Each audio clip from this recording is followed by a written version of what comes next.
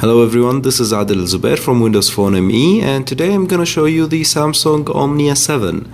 So let's get to it. This is the Samsung Omnia 7. It looks really nice, really great. On the front you have the standard 3 buttons, the back, start and search. Both the search and back are capacitive buttons, and they are backlit. We'll see that in a moment. And the home button or the start button is actually a hardware button, so you have to press it in. On the side here you have the volume control, volume rocker, nothing else. You can put some strap here so you can hold your phone securely if you are moving or something. That's a good idea. You don't want to drop the phone. On the back you have a 5 megapixel camera, an LED flash, this is the speaker grill, and you have the battery cover. Underneath the battery cover you have of course the battery, and this is the SIM card slot. Unfortunately you cannot add any other storage. It doesn't have a micro SD expansion. The battery is actually 1500 milliamps. Yes, I'm pretty sure it's 1500 milliamps. And as I said, it has the T-Mobile logo from the back. This is the only one I could get my hands on. Also the Windows Phone logo. From the bottom you have the this is the microphone here. And from the top you have the 3.5 mm audio jack, and you also have this sliding door so you can have access to the micro USB port, so you can charge your device or connect it to the PC. And actually this is really nice that you can close it and open it. It gives the device a better look than having all of these things open as other devices. So let's power this thing on. You have to hold the power button and it runs. And I want you to notice how fast it is to boot. It is very quick, very snappy. It takes around 24 seconds to boot.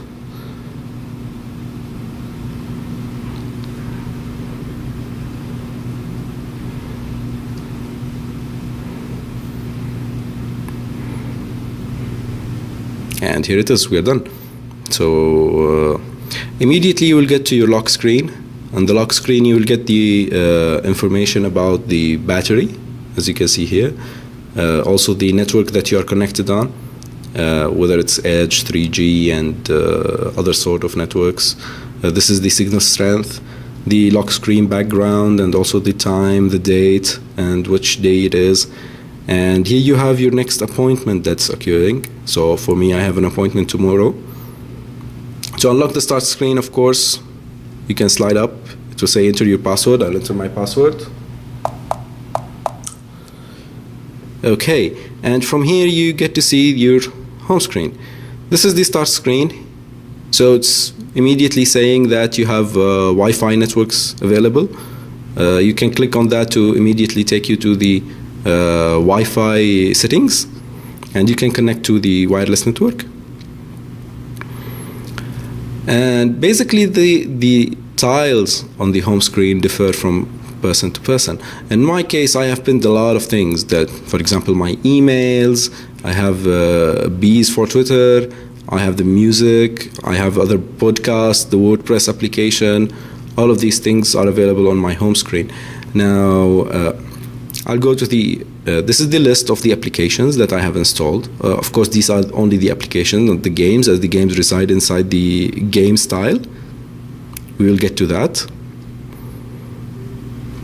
And as you can notice, the front, search, and back buttons illuminate once you press them, so you can easily see them in the dark. The home button, however, the start button doesn't illuminate. Of course, it doesn't matter how many applications I have installed. I have installed so many applications, and it still very fluid, very fast. It doesn't look up, doesn't do anything bad. Really great. Of course, the default applications that you have, camera, calendar, all these things are easily accessible from here, or you can pin them by tapping and holding, and then you can say pin to start.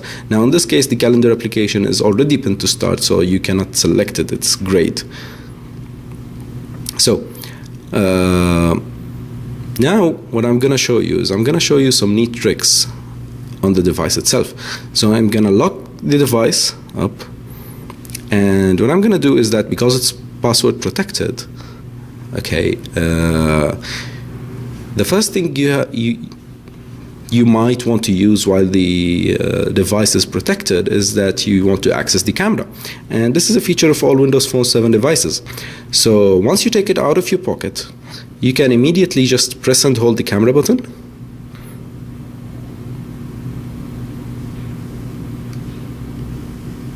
And here it goes. This is the camera.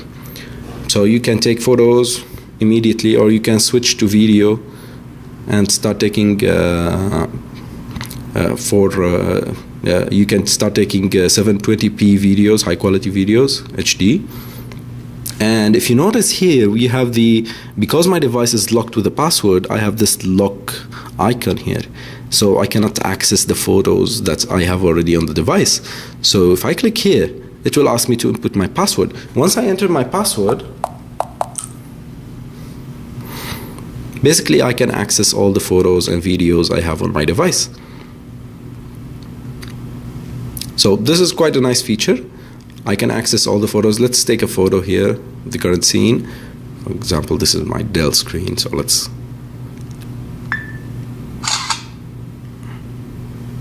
And immediately you can go forward and backward to the camera.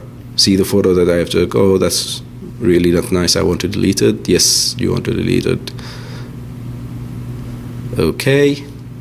Press the back button and you're back to the home screen. Now, one very important thing that you have to note is that the camera will not work if you have anything covering the proximity sensor over here. So if the proximity sensor is covered, you cannot turn on the camera by pressing this actually prevents the device from waking up if you are if it's in your pocket and it accidentally got pressed, so you cannot it will not work. This is a great feature. Also, one more thing, you can wake up the device by pressing the home button. Once you press the start button, it will wake up, but even though if you have the proximity sensor covered, no matter how long you try pressing it, it will not work unless you have the proximity sensor uncovered, and then it will start. So I'm gonna go for other things that really matters me the most. For example, the messaging. In Saudi Arabia, it's very important for me to read Arabic. This is a great thing. Windows Phone 7 supports Arabic. I don't know if you can read it perfectly or not. This is a text in Arabic that renders properly. Really good, really nice. Unfortunately, this is not the case everywhere. For example, if we go to the browser, and let's try to go to, for example, to Wikipedia. I'll go to the Arabic side of Wikipedia, ar.wikipedia.org.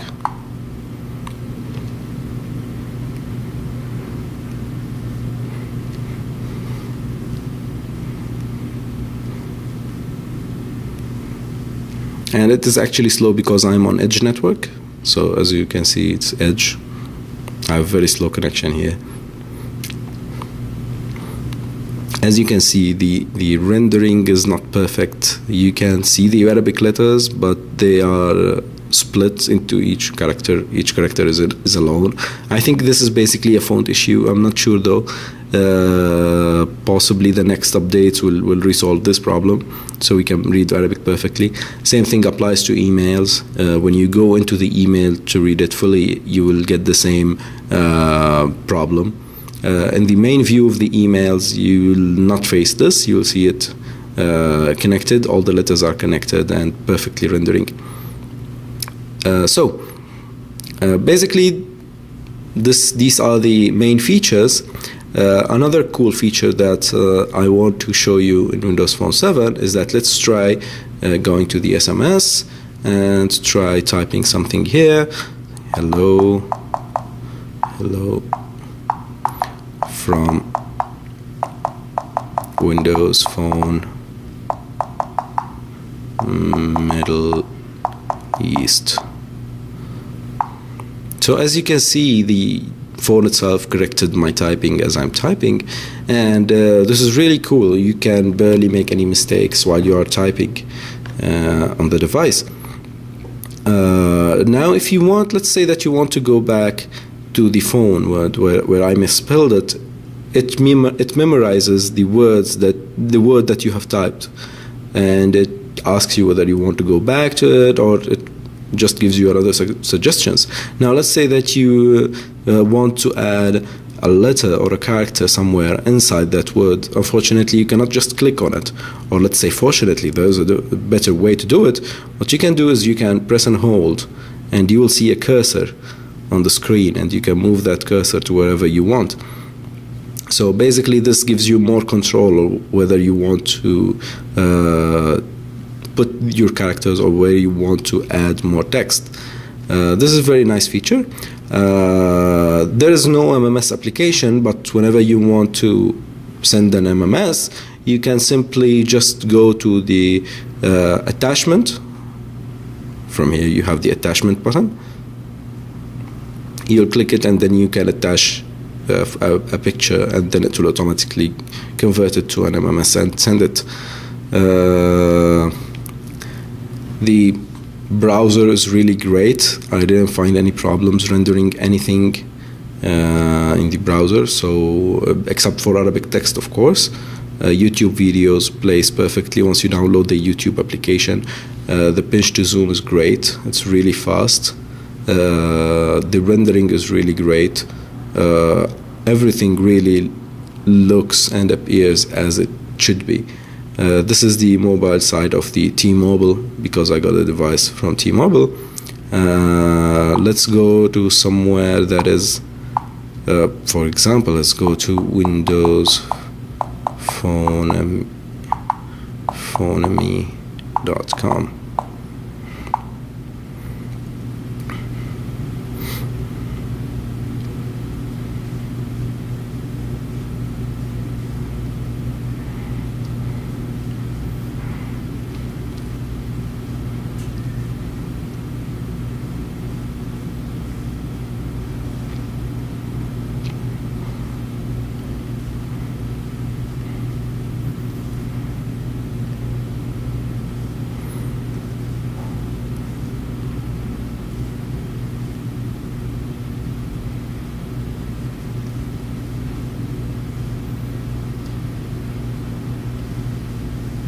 Okay, so this is Windows Phone ME. It's still loading.